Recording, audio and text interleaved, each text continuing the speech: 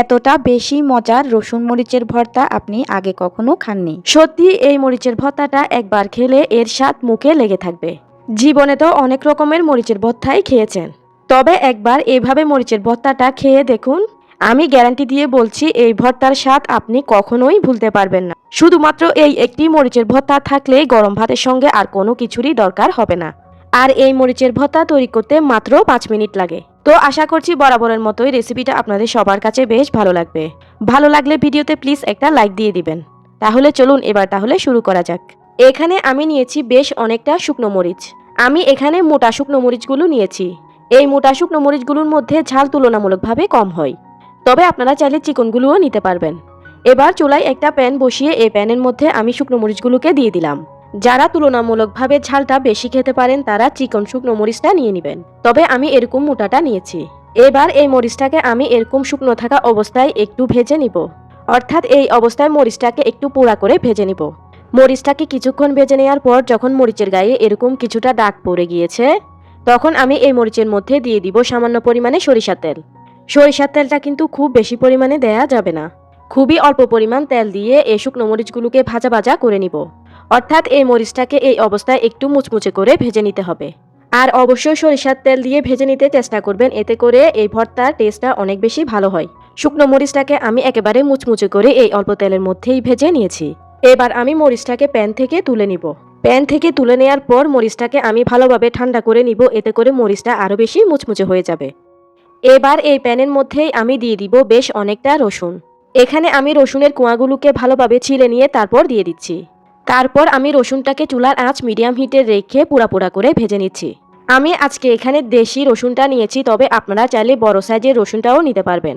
তবে দেশি রসুনের স্বাদ কিন্তু একটু মিষ্টি স্বাদের হওয়ার কারণে এই রসুনের স্বাদটা একটু বেশি হয়।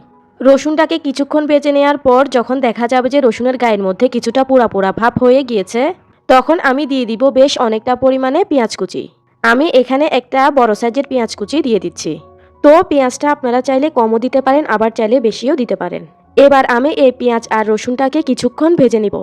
তবে পেঁয়াজটাকে কিন্তু কোনোভাবে ভেজে একেবারে নরম করে ফেলা যাবে না। শুধুমাত্র পেঁয়াজের কাঁচা ভাবটা চলে গেলেই এগুলোকে চুলা থেকে নামিয়ে নিতে হবে। পেঁয়াজটাকে ভেজে কোনোভাবেই একেবারে নরম করে ফেলা যাবে না। পেঁয়াজটা হালকা একটু নরম হয়ে এলে আমি এর মধ্যে দিয়ে দিব পরিমাণ মতো ধনিয়া পাতা কুচি। এবারে নেড়েচেড়ে ধনিয়া পাতা কুচিগুলোকেও একটু ভেজে নিব। তো সবকিছুকে আর 1 মিনিটের মতো ভেজে নেওয়ার পর কিন্তু এবার আমার এগুলো ভেজে নেওয়া হয়ে গিয়েছে। আর এ পর্যায়ে কিন্তু রসুনটাও ভালোভাবে সিদ্ধ হয়ে গিয়েছে। আর পেঁয়াজ আর ধনিয়া পাতাটাও এরকম হালকা একটু ভেজে নেওয়া হয়ে গিয়েছে। তো এবার আমি এগুলোকে প্যান থেকে উঠিয়ে একটা বাটিতে নিয়ে নিব।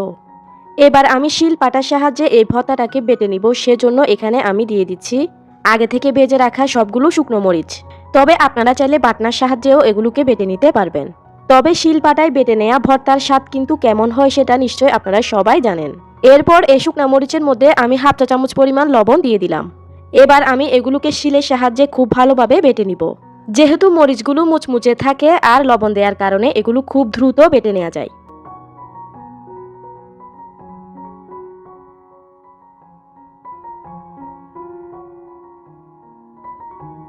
তো দেখুন এখন কিন্তু আমি খুব ভালো করে এগুলোকে বেটে নিয়েছি।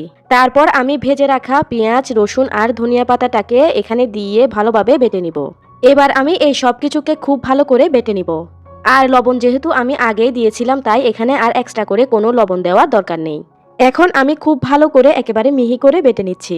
এই মরিচের ভর্তাটা বানাতে মাত্র 5 মিনিট সময় লাগে।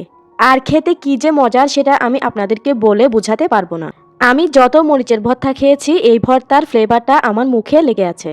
আমি তো কিছুদিন পরই এই মরিচের ভর্তাটা এভাবে বানিয়ে খাই। তাই ভাবলাম আপনাদের সাথে এই মজার রেসিপিটাও শেয়ার করি।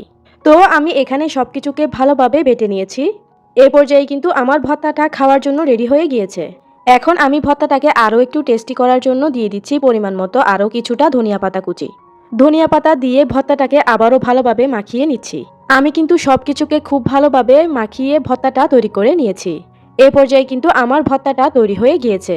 ভিউয়ার্স, আমার কাছে এই ভর্তাটা এতটা ভালো লেগেছে যে আপনারা এটাকে সাদা ভাত, খুদে ভাত, খিচুড়ির সঙ্গে কিংবা চিতই পিঠা বা যে কোনো পিঠার সঙ্গে খুবই ভালোভাবে খেতে পারবেন। এই ভর্তাটা সবচেয়ে বেশি মজার লাগে সাদা ভাত আর খুদের ভাত দিয়ে খেতে।